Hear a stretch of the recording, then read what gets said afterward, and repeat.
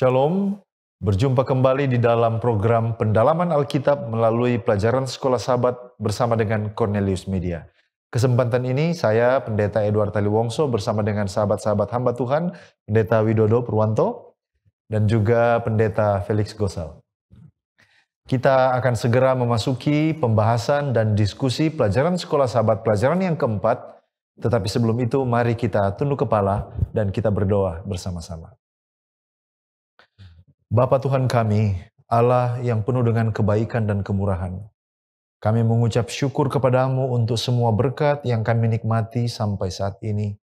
Terima kasih Tuhan, oleh karena Tuhan memberkati, melindungi, menjaga kami. Kembali lagi pada kesempatan ini, kami akan merenungkan, mendiskusikan akan firman Tuhan melalui pelajaran Sekolah Sabat. Kiranya Tuhan akan menuntun jalannya diskusi ini, supaya ide-ide, poin-poin yang akan kami bagikan bersama-sama, akan membawa manfaat rohani yang besar bagi kehidupan kerohanian kami, dan juga para pemirsa yang menyaksikan tayangan ini. Terpujilah namamu, di dalam nama Yesus Kristus kami sudah berdoa. Amin. Amin. Baik, di pelajaran yang keempat ini kita masuk dalam topik Yesus, Saudara setia kita. Dan penulis Sekolah Sabat memilih ayat inti yang terdapat di dalam Ibrani pasal 2 ayat 14.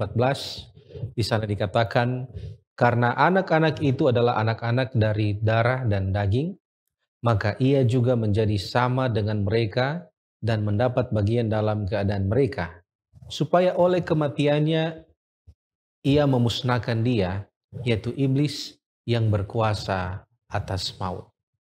Baik, sebelum kita akan masuk lebih dalam lagi dengan pengertian ayat inti, kita akan melihat sedikit saja latar belakang dari Ibrani pasal 2 ini. Nah, di dalam kitab Ibrani itu ada tema-tema yang dimunculkan oleh penulis. Dan salah satu tema yang dimunculkan yaitu tentang posisi dan otoritas Yesus Kristus. Dan itu adalah tema yang pertama yang muncul di dalam kitab Ibrani. Tema ini muncul dari pasal 1 ayat 1 sampai pasal 2 ayatnya yang ke-18. Dan dari tema ini yaitu posisi dan otoritas Yesus, ada beberapa subtema yang muncul yang akan mengantarkan kita kepada ayat inti kita. Yaitu yang pertama, di dalam pasal 1 ayat 1 sampai 3 di sana dijelaskan tentang equality atau kesamaan antara Yesus dengan Bapanya. Kita bisa baca itu di dalam ayat yang ketiga. Ia adalah cahaya kemuliaan Allah dan gambar wujud Allah dan menopang segala yang ada dengan firman-Nya yang penuh kekuasaan. Kita sudah bahas ini dalam pelajaran kita sahabat yang lalu. Lalu yang kedua adalah di dalam pasal 1 ayat 4 sampai 14, di sana dijelaskan tentang kekuasaan Yesus di atas segala malaikat. Nanti sebentar kita akan lihat ketika itu Yesus akan menjadi sedikit di bawah dalam waktu beberapa saat. Ya, tapi di dalam pasal 1 ayat 4 sampai 14 ini dijelaskan bahwa Yesus itu memiliki kekuasaan di atas segala malaikat. Itu kita bisa baca di dalam Ibrani pasal 1 ayatnya yang keempat. Ya, jauh lebih tinggi daripada malaikat-malaikat, sama seperti nama yang dikaruniakan kepadanya, jauh lebih indah daripada nama mereka. Itu yang kedua. Kemudian subtema yang ketiga yang muncul di dalam tema yang pertama ini, kita bisa lihat di dalam pasalnya yang kedua, ayat 1 sampai 4, yaitu di mana penulis ingin menjelaskan kepada pembaca, yaitu pentingnya untuk menerima keselamatan yang diberikan oleh Yesus Kristus ini. Di sini Paulus memberikan warning untuk menaruh perhatian akan hal ini. Kita bisa baca itu di dalam Ibrani pasal 2 ayatnya yang pertama. Karena itu harus lebih teliti kita memperhatikan apa yang telah kita dengar. Dan yang paling terakhir yang juga merupakan bagian dari ayat inti kita pada saat ini, itu penulis ingin menjelaskan tujuan dari inkarnasi Yesus. Oleh karena itu kita akan belajar banyak tentang inkarnasi Yesus di dalam pelajaran kita yang keempat ini.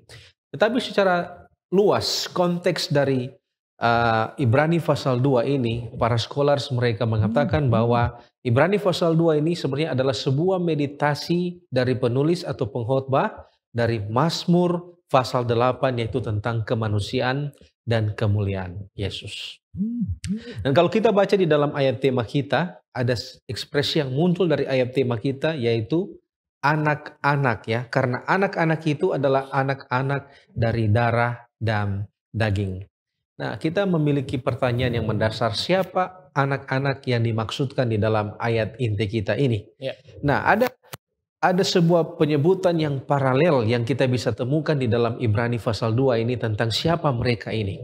Kalau kita baca pertama di dalam ayatnya yang ke-10 di sana, penulis mengatakan sebab memang sesuai dengan keadaan Allah yang baginya dan olehnya segala sesuatu dijadikan, yaitu Allah yang membawa banyak orang kepada kemuliaan. Jadi sini ada muncul ekspresi banyak orang kepada kemuliaan, juga menyempurnakan Yesus yang memimpin mereka kepada keselamatan. Jadi ini ditujukan kepada mereka yang dibawa kepada kemuliaan dan mereka yang dibawa kepada keselamatan dengan penderitaan. Itu muncul di dalam ayatnya yang ke-10.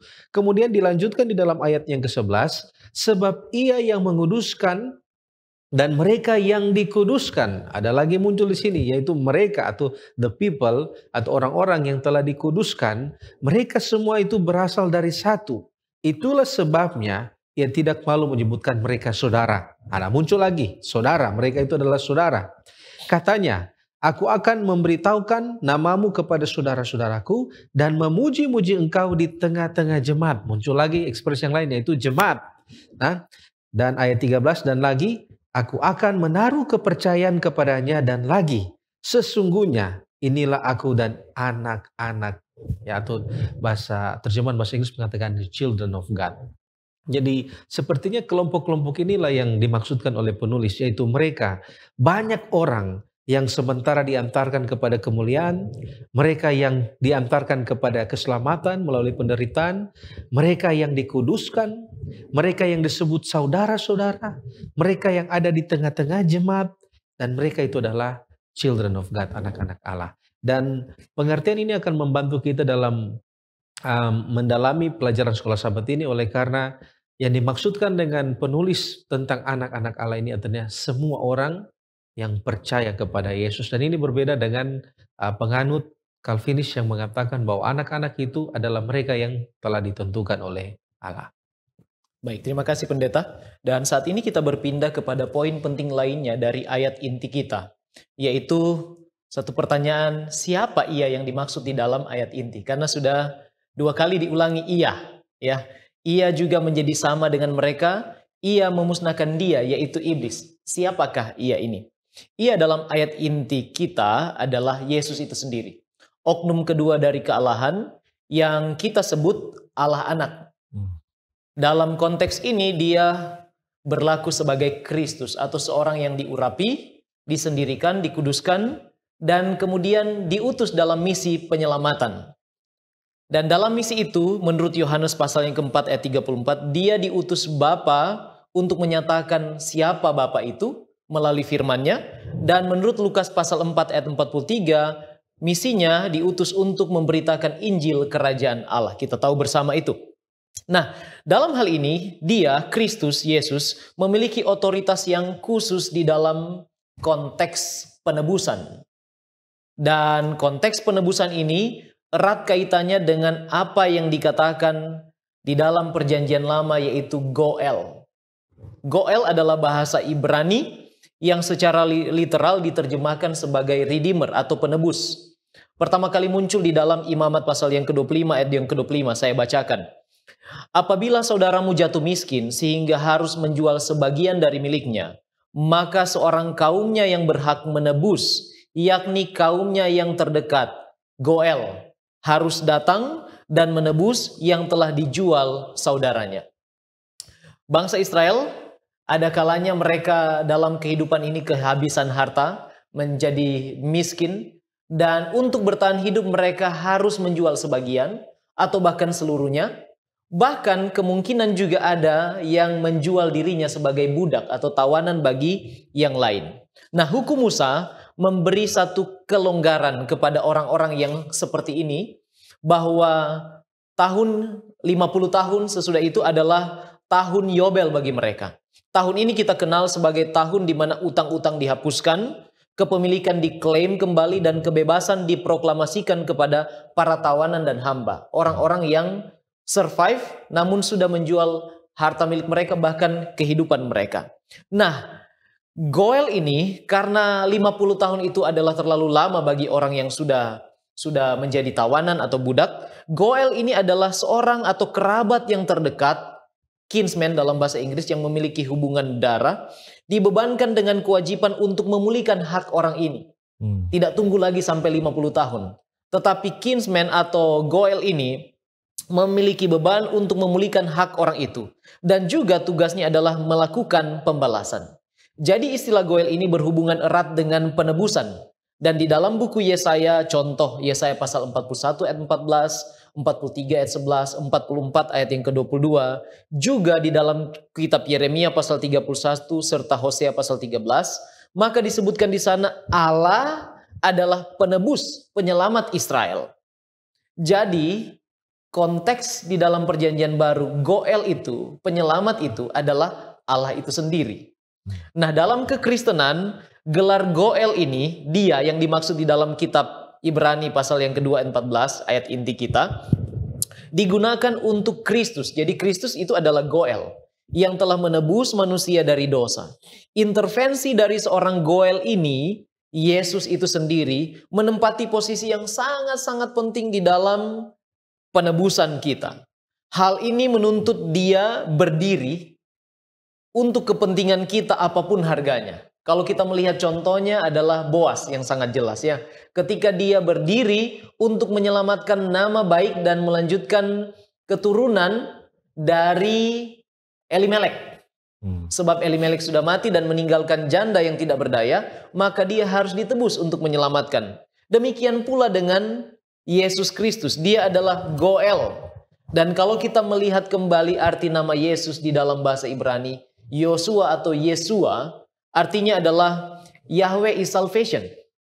Jadi dengan demikian, Yesus itu disematkan gelar Goel atau penebus. Iya. Itulah sebabnya dia katakan bahwa Israel bukanlah budak siapapun, tetapi mereka satu-satunya, mereka hanyalah milik Allah. Dengan demikian dari generasi ke generasi, orang Israel ini adalah milik Allah.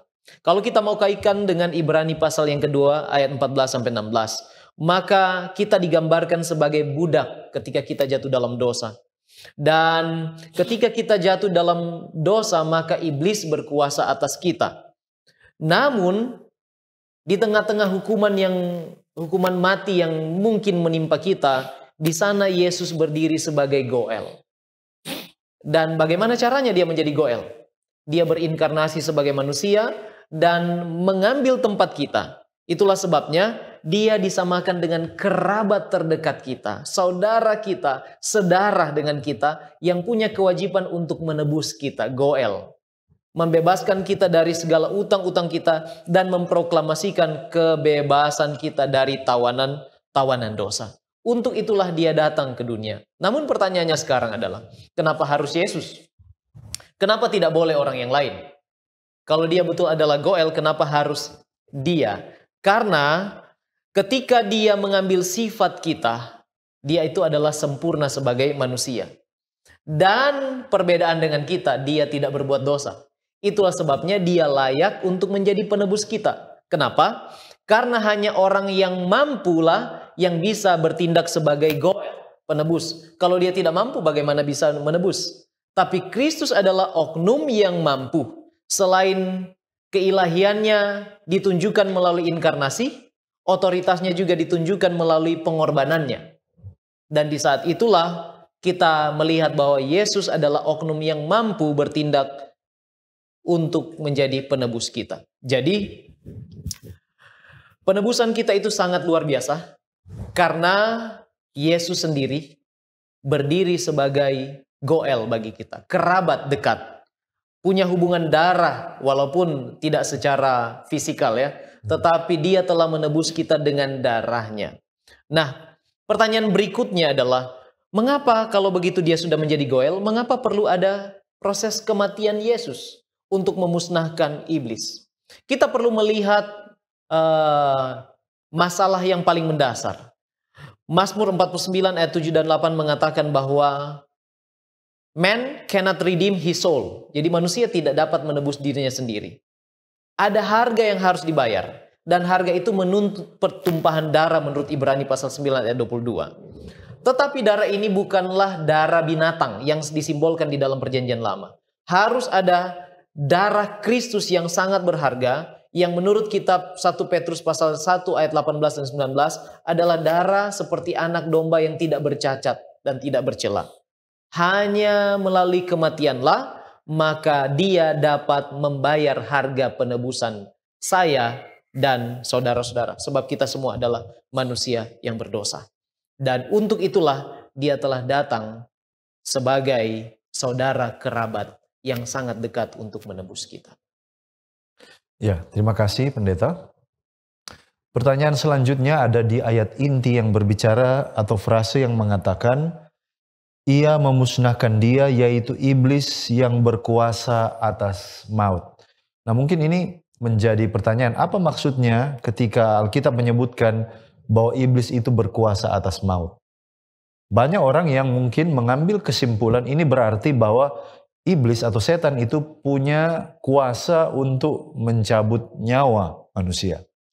Nah, kita harus benar-benar jelas bahwa di dalam Ulangan 32 ayatnya yang ke-39 di sana dijelaskan bahwa hanya Tuhan yang punya kuasa demikian. Kalau kita baca Ulangan 32 ayat 39, lihatlah sekarang bahwa akulah dia, tidak ada Allah kecuali aku. Jadi akulah dia, tidak ada Allah kecuali aku.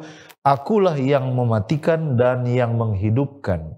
Aku telah meremukkan tetapi akulah yang menyembuhkan, dan seorang pun tidak ada yang dapat melepaskan dari tanganku. Jadi kita jelas bahwa Allah satu-satunya pemberi kehidupan, dan Allah lah satu-satunya yang memiliki hak prerogatif untuk mengambil kembali kehidupan itu. Setan bisa menuntun orang pada akhirnya untuk terpisah dari Allah. Jadi kalau kita katakan orang yang mati dalam dosa, apakah nyawa mereka dicabut oleh setan? Tidak. Tetapi dosa itu artinya terpisah dari Allah sebagai sumber hidup. Ya. Jadi ketika kita terpisah dari Allah sebagai sumber kehidupan, maka dengan sendirinya kita akan mengalami degenerasi, lalu kemudian akan mengalami kematian. Nah, kalau kita lihat apa sebenarnya arti dari iblis sebagai berkuasa atas maut. Nah, kita lihat bahwa dengan kematian Yesus, maka dia mematahkan kekuatan setan dan membebaskan orang tawanan. Dua hal yang perlu kita ingat. Jadi kematian Yesus, dia mematahkan kuasa setan, dan yang kedua membebaskan orang-orang tawanan, yaitu mereka yang telah berada di dalam kematian. Tetapi kematian di sini yang dihasilkan oleh setan itu bukan cuma secara fisik, tetapi sebenarnya ada tiga. Yang pertama adalah kematian secara fisik, ya, seperti contoh Lazarus, lalu anak perempuan Yairus, dan beberapa contoh di dalam Alkitab. Tetapi yang berikut juga adalah kematian secara spiritual. Orang yang masih bernafas, masih hidup, masih berjalan, tetapi sesungguhnya secara rohani dia sudah mati oleh karena dia berada di bawah kungkungan setan. Dan yang berikut adalah kematian kekal, ya, eternal death. Jadi ketika Yesus datang dan dia melalui kematiannya, tiga hal ini yang adalah wilayah atau menunjukkan kuasa setan dikalahkan. Orang yang mati secara fisik dibangkitkan, orang yang mati secara rohani dapat mengalami revival, ya, kebangunan rohani, lalu kemudian kematian kekal itu juga dapat dibatalkan oleh karena apa yang Yesus lakukan. Roma 6 ayat 23. Semua orang yang percaya kepada dia memperoleh hidup yang kekal, gantinya kematian kekal. Namun kita harus ingat bahwa ketika Yesus mati bukan berarti dia tunduk atau takluk kepada kuasa setan. Tidak. Yesus mati adalah karena dia mengejar setan sampai ke dalam kerajaannya, yaitu kerajaan maut itu. Saya suka bagaimana Adventist Bible Commentary jilid 7, volume 7 mengatakan hal ini. Ketika mengomentari tentang ayat ini dia katakan, Kristuslah yang memasuki rumah orang yang kuat itu. Markus 3 ayat 27. Di Markus 3 ayat 27 Yesus mengucapkan sebuah perumpamaan bahwa Kalau Anda mau masuk sebuah rumah, mau ambil, merampok, maka Anda harus masuk, lalu Anda harus ikat dulu orang yang di dalamnya, lalu Anda bisa leluasa mengambil barang-barang di dalamnya. Nah, itulah yang dilakukan oleh Yesus. Melalui kematiannya dia masuk ke dalam kerajaan setan, mengikat setan, lalu kemudian membawa pergi para tawanannya. Ya, Kristus memasuki alam maut, kubu setan, merebut mangsanya dari setan. Pada waktu katanya setan mengira bahwa dia sudah dibawa kuasa, bahwa Kristus sudah dibawa kuasanya, ketika kubur itu disegel, waktu para tentara-tentara Romawi itu menjaga kubur itu, mungkin setan senang oleh karena dia telah berhasil memenjarakan anak Allah di dalam lubang kubur. Tetapi pada hari pertama minggu itu ketika terjadi kebangkitan, ya, maka belenggu maut itu dilepaskan. Dan bukan cuma itu, kalau kita baca, maka ada juga orang-orang lain yang turut dibangkitkan sama-sama dengan kebangkitan Kristus. Itu ada di Matius 27 ayat 52 sampai 53. Jadi apa intinya pelajarannya di sini adalah ketika Yesus datang dan ketika dia mati, lewat kematiannya dia mengejar musuh sampai ke dalam kubunya, rumahnya, dia mengikat musuh itu, lalu kemudian dia membawa orang tawanan keluar dari maut tersebut. Itulah luar biasanya apa yang sudah dibuat oleh Kristus lewat kematiannya. Lalu yang berikut, di dalam Alkitab, di kitab Ibrani dikatakan bahwa Kristus sedikit dibuat lebih rendah daripada malaikat. Ya, Ibrani 2 ayat 6 dan 7. Bagaimana kita melihat hal ini? Apa maksudnya? Nah, kalau kita lihat ekspresi ini bukan yang pertama, tetapi sebenarnya penulis Ibrani tinggal mengutip dari perjanjian lama, yaitu Mazmur pasal 8.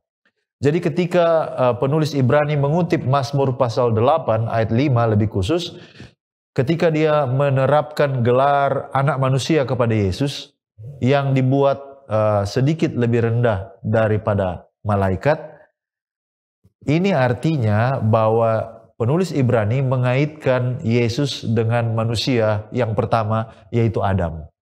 Itulah sebabnya Rasul Paulus mengatakan bahwa Yesus itu adalah the second Adam. Dia adalah Adam yang kedua, Adam yang baru, yang datang untuk berurusan langsung dengan apa yang Adam pertama sudah gagal untuk lakukan, ya, yang tidak pernah bisa dikalahkan oleh Adam pertama dan semua generasi yang mengikutinya.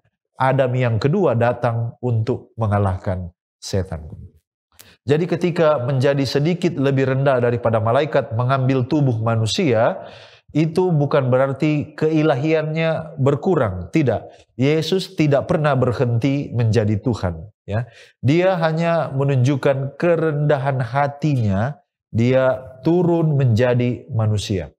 Setelah inkarnasi, maka Yesus itu adalah God-man. Adalah manusia Tuhan, ya.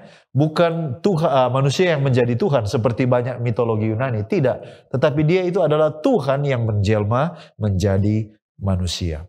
Dan kalau kita lihat, karena kitab Ibrani katakan di dalam Ibrani 2 ayat 7, namun engkau telah membuatnya untuk waktu yang singkat, sedikit lebih rendah. Jadi tidak selama-lamanya. Hanya pada waktu inkarnasi ketika dia menjadi manusia, dia dibuat sedikit lebih rendah daripada malaikat. Secara sifat alamiah, dia memakai kedagingan manusia. Tetapi ketika dia selesai melakukan pekerjaan penebusannya, kepadanya dikaruniakan nama di atas segala nama. Raja di atas segala raja. Tuhan di atas segala Tuhan. Jadi seperti yang dicatat dalam Filipi 2 ayat 9 sampai ayatnya yang ke-11. Tidak untuk selama-lamanya. Hanya untuk sedikit waktu lamanya. Jadi itulah maksud ketika Alkitab katakan bahwa Yesus sedikit waktu lamanya dibuat lebih rendah daripada malaikat. Ya, kemudian di dalam sekolah sahabat kita juga ada satu tema yang penting diangkat, yaitu Yesus adalah saudara kita. Ya, kita akan belajar saat ini, jika Yesus saudara kita, apa yang membuat dia menjadi saudara kita? Dan yang kedua, jika dia adalah saudara kita, apakah dia sama seperti kita? Ya. Nah, kalau kita lihat tema besar sekolah sahabat kita ini dibahas dengan jelas di dalam sekolah sahabat kita. yaitu Yesus adalah saudara kita sebagai penebus, lalu kemudian Yesus adalah saudara kita sebagai teladan. Kemudian Yesus itu adalah saudara kita karena dia mengambil rupa seperti kita di dalam darah dan daging. Kemudian dia merasakan penderitaan dan dia tidak malu menyebut kita sebagai saudara. Nah, di dalam Ibrani pasal 2 ini yang membuat Yesus memanggil kita sebagai saudara-saudaranya itu oleh karena beberapa ahli mengatakan oleh karena dia mengaku bahwa kita juga adalah anak-anak Allah. Oleh karena status kita sama sebagai anak-anak Allah, maka dia memanggil kita sebagai saudaranya. Dan beberapa kali kalau kita lihat Yesus juga pernah menyebut murid-muridnya itu sebagai saudara-saudaranya, ya.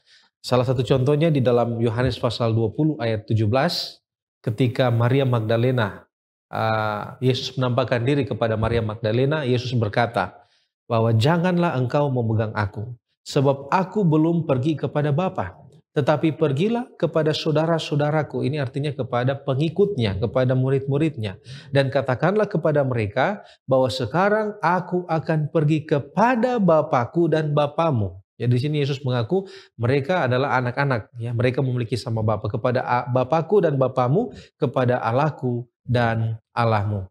Dan itu sangat jelas dijelaskan di dalam pelajaran kita bahwa ketika Yesus menjadi saudara kita, itu karena dia merasakan apa yang kita rasakan. Yesus menjadi saudara kita karena sama-sama dia bergumul melawan iblis, melawan dosa. Yesus menjadi saudara kita karena Yesus juga belajar untuk taat dan tunduk kepada kehendak Allah.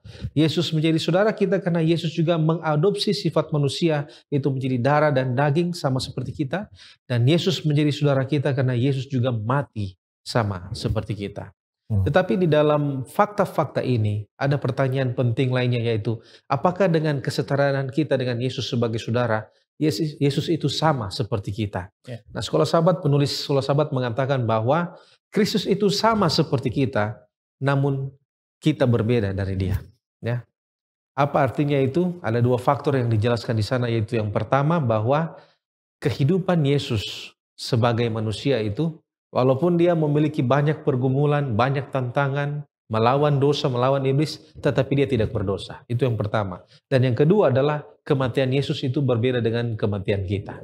Kematian Yesus itu adalah karya penebusan yang tidak seorang pun dapat lakukan dalam kehidupan kita. Jadi di sini kita bisa melihat bahwa walaupun kita sama, adalah saudara-saudara Yesus, tetapi kehidupan dan kematian kita berbeda dengan kehidupan dan kematian Yesus. Nah, di dalam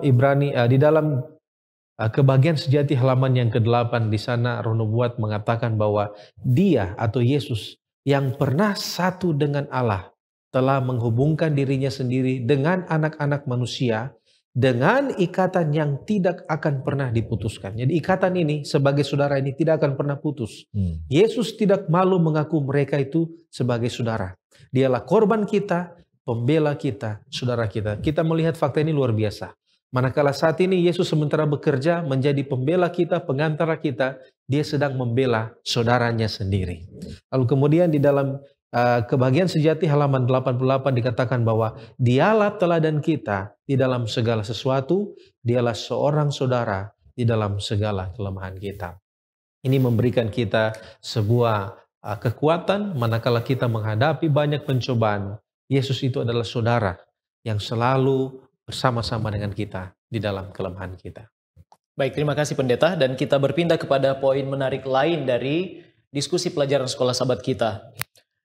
Kalau kita melihat Yesus itu yang sempurna rela menderita untuk kita, pertanyaannya adalah apakah kita sebagai manusia, pengikut Tuhan, orang Kristen, harus menderita untuk menjadi sempurna dan selamat? Nah, sebelum kita lanjut ke sana, kita perlu melihat dulu fakta bahwa penderitaan itu ada oleh karena adanya dosa. Jadi dosa membawa penderitaan dalam kehidupan kita. Apakah kita harus menderita untuk sempurna dan selamat? Tentunya tidak. Sebab penderitaan untuk mendatangkan keselamatan itu sudah ditanggung oleh Yesus sendiri. Jadi kita tidak perlu menderita untuk selamat atau menjadi sempurna. Walaupun penderitaan itu mengerjakan bagi kita ketekunan yang mendatangkan kedewasaan rohani, di mana kita di dalam kedewasaan rohani itu dapat bertahan sampai kesudahannya. Sebab kenapa? Wahyu pasal 12 menceritakan tentang pertentangan besar di sana, di mana umat yang sisa menjadi sasaran si jahat. Ular tua itu menyerang umat-umat yang sisa, keturunan dari wanita itu. Kita, gereja, orang-orang Kristen menjadi sasaran si jahat. Itulah sebabnya Yesus sendiri katakan, kalaupun kita menderita di dunia ini, itu hal yang biasa. Namun jangan sampai kita menderita oleh karena berbuat dosa. Contoh, kita melakukan pembunuhan, pencurian, dan kita mengalami penderitaan. Bukan itu yang dimaksudkan oleh Yesus. Dalam penderitaan ini kita melihat Rasul Paulus pun terbiasa dengan konsep penderitaan sebagai orang Kristen. Sebab dia katakan barang siapa mau menjadi orang Kristen, pasti akan mengalami penderitaan. Karena tadi, fakta yang tadi bahwa kita menjadi sasaran dari si jahat. Kalau begitu, apa artinya penderitaan bagi kita? Di dalam 1 Petrus pasal yang kedua, saya mau baca mulai dari ayat yang ke-19. Firman Tuhan katakan demikian. Sebab adalah kasih karunia jika seorang karena sadar akan kehendak Allah menanggung penderitaan yang tidak harus ia tanggung. Artinya sama dengan Yesus. Dia menanggung penderitaan yang tidak seharusnya dia tanggung. Kemudian ayat yang ke-20 katakan, sebab dapatkah disebut pujian jika kamu menderita pukulan karena kamu berbuat dosa? Jadi penderitaan karena berbuat dosa adalah penderitaan yang tidak dikategorikan sebagai penderitaan Kristen. Lantas, tetapi jika kamu berbuat baik dan karena itu kamu harus menderita, maka itu adalah hasil kasih karunia pada Allah. Ayat 21 yang penting. Sebab untuk itulah kamu dipanggil. Untuk apa? Sebab untuk yang sebelumnya, kalau kita menderita oleh karena kita melakukan kebaikan, oleh karena kita melakukan kebenaran, dan kita menderita, untuk itulah kita dipanggil. Ini perkataan Rasul Petrus. Karena Kristus pun telah menderita untuk kamu, dan telah meninggalkan teladan bagimu, supaya kamu mengikuti jejaknya. Jadi artinya, Kristus telah memberikan contoh. Di dunia ini tidak ada tempat yang aman. Kemanapun orang pergi dan berlari mencari perlindungan, tidak akan ada perlindungan yang begitu aman. Kecuali kita menyadari bahwa fakta orang Kristen adalah memang harus mengalami penderitaan. Dan kemudian ada perikop di dalam pasal yang selanjutnya. 1 Petrus pasal 4 ayat yang ke-12. Lembaga Alkitab memberi judul menderita sebagai Kristen. Ayat 1. Jadi karena Kristus telah menderita penderitaan badani, kamu pun harus juga mempersenjatai dirimu dengan pikiran yang demikian. Pikiran tentang menanggung penderitaan. Karena barang siapa telah menderita penderitaan badani, ia telah berhenti berbuat dosa. Apa maksudnya? Ini meneguhkan apa yang dikatakan oleh Rasul Yakobus di dalam Yakobus pasal 1. Bahkan Rasul Petrus sendiri.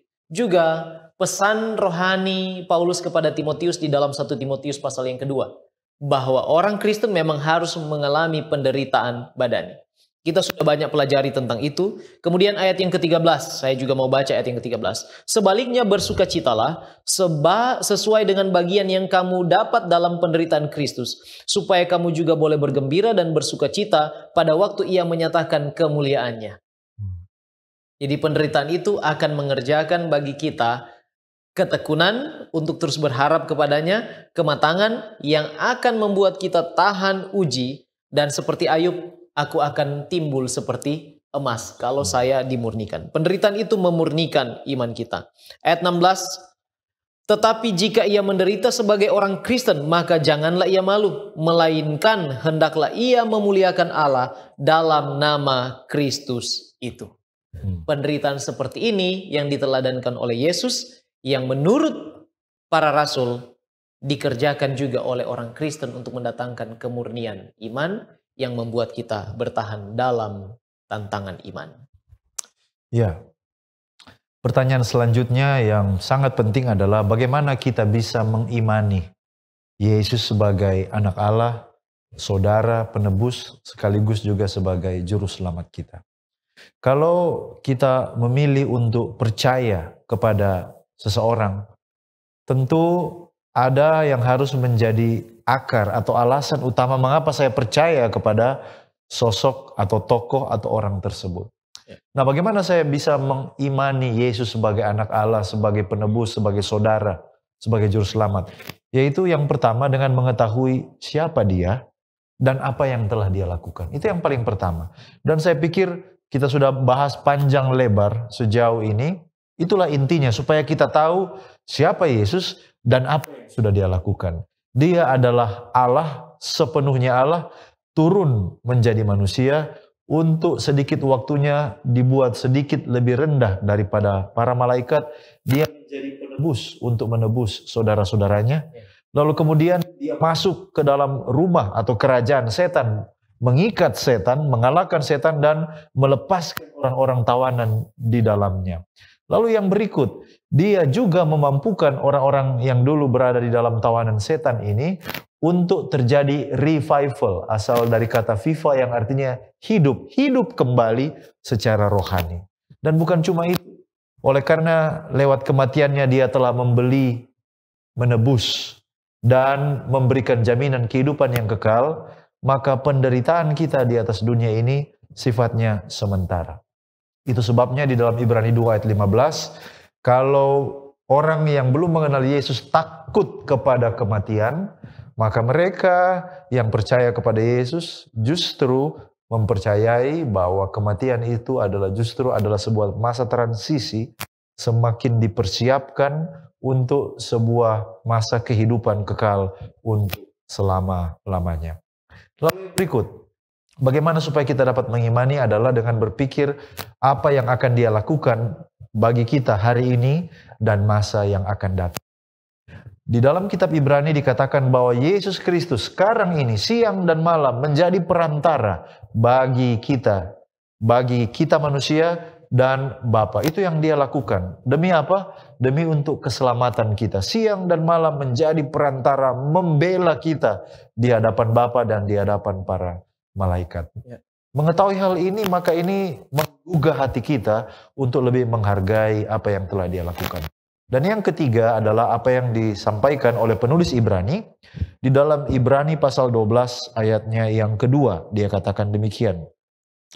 Ibrani 12 ayatnya yang kedua, marilah kita melakukannya dengan mata yang tertuju kepada Yesus, yang memimpin kita dalam iman, dan yang membawa iman kita itu kepada kesempurnaan. Jadi kita mesti akui bahwa iman kita tidak sempurna. Tetapi jikalau kita melakukan perjalanan iman ini dengan mata yang tertuju kepada Yesus, maka iman yang tidak sempurna ini akan disempurnakan. Nah, apa artinya dengan mata yang tertuju kepada Yesus? Mata yang tertuju kepada Yesus artinya kita menyelidiki bagaimana Yesus bersikap dan bereaksi pada waktu dia menghadapi pergumulan dalam kehidupannya. Ada sebuah sebutan beberapa waktu yang lalu dengan katakan, what would Jesus do? Apa yang Yesus akan lakukan? Jadi mata yang tertuju kepada Yesus artinya setiap kali kita dicobai, kita selalu bertanya, kalau Yesus berada di posisi saya, kira-kira apa yang akan dia lakukan? Kalau Yesus dicobai, sama seperti apa yang saya alami hari ini, kira-kira apa yang akan dia lakukan? Jadi kita selalu melihat kepada Yesus sebagai teladan kita. Di dunia ini kita bisa melihat kepada manusia yang bisa membuat mereka bisa menjadi inspirasi. Pendeta kah, ketua jemaat, ataupun diakon, diakones, atau guru. Tetapi ada bahaya kalau kita menjadikan mereka sebagai teladan yang sejati. Karena manusia cenderung untuk gagal, dan memang selalu gagal. Itu sebabnya satu-satunya rahasia supaya kita dapat bertahan dalam perjalanan iman ini adalah mata yang tertuju kepada Yesus. Dengan mempraktikkan hal ini, maka kita diberikan kemampuan untuk mengimani Dia sebagai juru selamat, sebagai penebus, sebagai saudara, sebagai pembela kita di hadapan Bapa di sorga. Saya pikir inilah intisari dan juga kesimpulan. Apapun yang pergumulan yang kita hadapi terasa berat dan membuat kita untuk kadang-kadang menyerah, bahkan mungkin juga tergoda untuk meninggalkan Yesus. Ingat bahwa Dia telah datang dan Dia telah mengusahakan sebesar-besarnya untuk keselamatan kita. Kalau seandainya kita hilang, pada akhirnya mungkin bisa saya katakan bahwa tidak ada lagi yang bisa Yesus lakukan. Karena semua yang perlu Dia lakukan untuk menyelamatkan manusia telah Dia lakukan. Pada akhirnya pilihan ada di tangan kita. Apakah kita mau tetap setia dalam perjalanan iman ini dengan mata yang tertuju kepada Dia. Kiranya pelajaran ini boleh menolong kita di dalam kesetiaan kita kepada Yesus Kristus. Amin. Mari kita berdoa agar firman Tuhan ini dapat menjadi berkat dalam kehidupan kita.